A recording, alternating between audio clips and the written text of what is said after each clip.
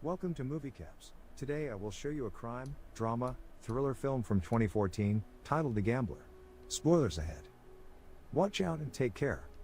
Jim Bennett is sitting at his grandfather's deathbed. Okay, and then when I click chat, guys, I watch it. I'll do a little bit of the gamble before I go to bed. Drawing his last Just breath. a little bit. He is one of the richest people I don't have in to, I California. kind of just want to. He leaves his grandson no inheritance. Jim says he will miss him, but he calls his crap. Jim does not care about his grandfather's wealth. He's just sad that he's dying and relives the last memories of him in his head. Jim visits an underground casino with tight security. He exchanges his stack of dollars for chips, goes to a blackjack table, and bets all the chips on the first hand. On the next hand, he doubles his bet. Again he looks at the camera and doubles his bet as if to taunt the security guards. After losing one of his hands, he still looks like he wants to double his bet. Even with no chips, Jim calls the dealer an amateur and demands a double. He loses $80,000 on a single hand, owing to casino $40,000. Neville comes up to him and asks him what's going on, maybe if he wants to gamble for one round. Neville bets $10,000 against Jim's $500 on a high card. Jim loses and seems unfazed by what just happened. Neville points out that he's a guy who likes to lose. So he proposes a loan to him, which he declines. He goes to the owner of the casino, Mr. Lee, and asks for another loan. Mr. Lee explains to him that he came to the casino with $10,000, but instead of paying his loan, he gambled it away. The total amount he owes is $240,000 and he wants it paid back in 7 days. Jim comes back to Neville and asks him about the stake he offered, $50,000. He says his interest is high. Jim does not care. He pays off his debt to the casino of $40,000 that he lost earlier and takes one blue chip, $10,000, from the chip register and goes straight to the blackjack table. Dealer glances at pit boss if she may deal. As before, he doubles his bets and goes on a roll.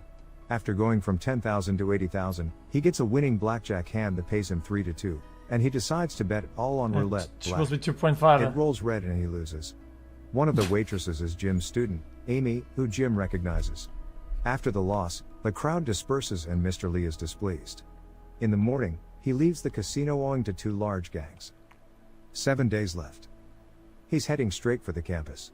Jim is a literacy professor standing freely in front of his class, and there he sees Amy. He seems natural and confident. Jim discredits novel writing as a profession, saying it's mediocre. There are plenty of happy electricians. If you are not a genius, do not bother. He points to one of the boys in the class. His name is Dexter. He is a good tennis player. He asks him what he is after, the game or the money, fame or virtue? Both, he replies. That's greed. Continuing this train of thought, he quotes an author, Vespasian, "Dear God, I think I am becoming a god," before saying Amy beats him to it on her laptop. Jim notes that Amy is the most well-read person in this class, noting that he barely writes adequately compared to her. He asks her why she hides her writing talent and tries to fit in. She says it's safest to be in the middle. He starts to question her family situation, and when he does not see any advantages, like her father or mother being writers or rich, he asks why she is better than the rest of them. He ends the lecture by telling her to sit where she belongs, in front of the class, or she should not bother showing up at all. Jim is visiting his mother, Roberta. She is playing tennis against Dexter, a boy in Jim's class. He's her coach. She talks a good game and says if he gives her one more point she'll fire him. Jim is only there to demand money from her. Roberta knows Jim is in trouble. She'd buy it if he was looking for meaning in life, but that's different. She points out he's not narcissistic or stupid. He's her son, so what's the point of his behavior? She has said goodbye to people she loved before. Jim, yeah, whatever happened with Dad? He implies that she can be a cruel woman. She tells him she will not give him any more money. Jim kisses her on the cheek and leaves. She looks crushed. When he gets a call from Neville about his debt, he throws his phone into a pond. 6 days left. A man picks up Jim and drives him to Frank's. He is a loan shark who lends large sums of money. After calculating how much Jim earns, he puts him in his place and says that his yearly salary does not even cover it. He lists everything about Jim: birth, education, intelligence, talent, looks, family, money. Is it all a real burden to him? Frank assumes Jim is dancing with the devil because there is no reason he should owe Neville and the Koreans money. Basically, he's self-destructive. With the loan Frank offers Jim, he would get $260,000 and would have to pay 10% interest weekly. Where would he get the money? Jim just says that he will get the money. Frank tells him that he will lend it to him if he humiliates himself. To put it in a nutshell, if he says he is not a man. Jim leaves. He's in a lecture hall when Amy walks in and sits down, asking him if he meant what he said in the lecture about her having talent. He answers over the loudspeaker, absolutely. Amy basically tells him that he's a genius, but for some reason, Jim just cannot accept that. He comes closer and tells her she has to leave, he cannot have her here, it's inappropriate. Amy leaves without her bag and comes back with Jim's book and asks him to sign it. She wants to know the truth about him, but he will not open up.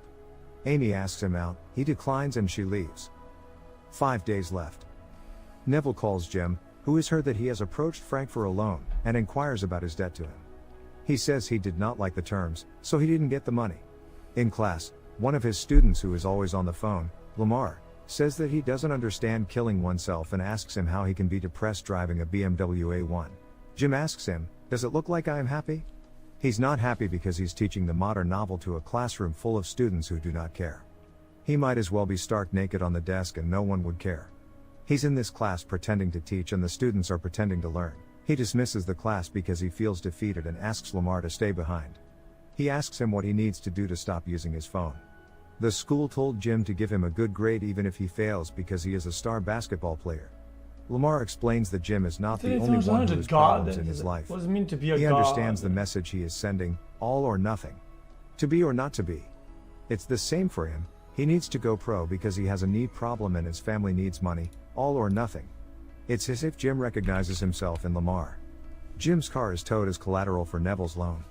Jim's mother arrives and hands him a new phone. He is pissed that she is in his house. She asks him if he still needs help with the money, he says that's already been taken care of. When she says a thug has been in her house, he writes down the amount he owes them. Jim says if he does not pay, they'll break every bone in his body and go after his family, to which Roberta slaps him and tells him he's a disgrace. They visit the bank. Roberta asks the bank clerk for $260,000 in cash and to not ask any questions. She tells Jim that this is the last money she will ever give him and that she will disown him if he ever asks for more. Jim does not care about his mother, he tells her that they are only talking because of her finances. You guys, she walks away defeated. The thing is, at this point, he can either pay the loan back or he could put it all in and double. 4 days left. Amy drives up to Jim, I know what I would who do. is sitting on a bench, and tells him that if she has to engage in an inappropriate relationship to get him out of his job, she's ready to go. Sometime later they are at a deserted location. Jim asks Amy, what if I told you I am not a gambler? She says that she has seen him as a professor, and he is not one of those. She believes him. Jim is a perfect example of how someone who starts out with no problems whatsoever, go out of their way to have them all. He asks Amy to help him start over.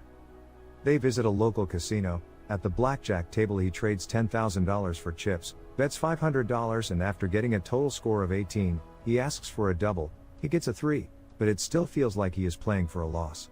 On the next hand, he goes all in and loses. He keeps rebuying and losing. After a while, Amy finds Jim and asks, everything?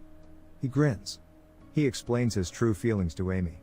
He wants it all, total victory, there is no gray area, you either take it all or lose it all. And he would rather die than not achieve it. Just as he finishes, Amy kisses him. Later, Neville ambushes Jim in an alley. He's looking for his money. Guys, after Jim. Guys, this is what I did in Rust. Okay, this is the mindset that I have. You know what happened in Rust? I ended with 48,000 fucking scrap. You know why? Because I'm a fucking gambling slot whisperer, machine whisperer, juicer, international gambler. Now what? At home, he receives a message from Neville saying that the number he gave him is not Lamar's. Jim grabs a gun and takes a swig of whiskey.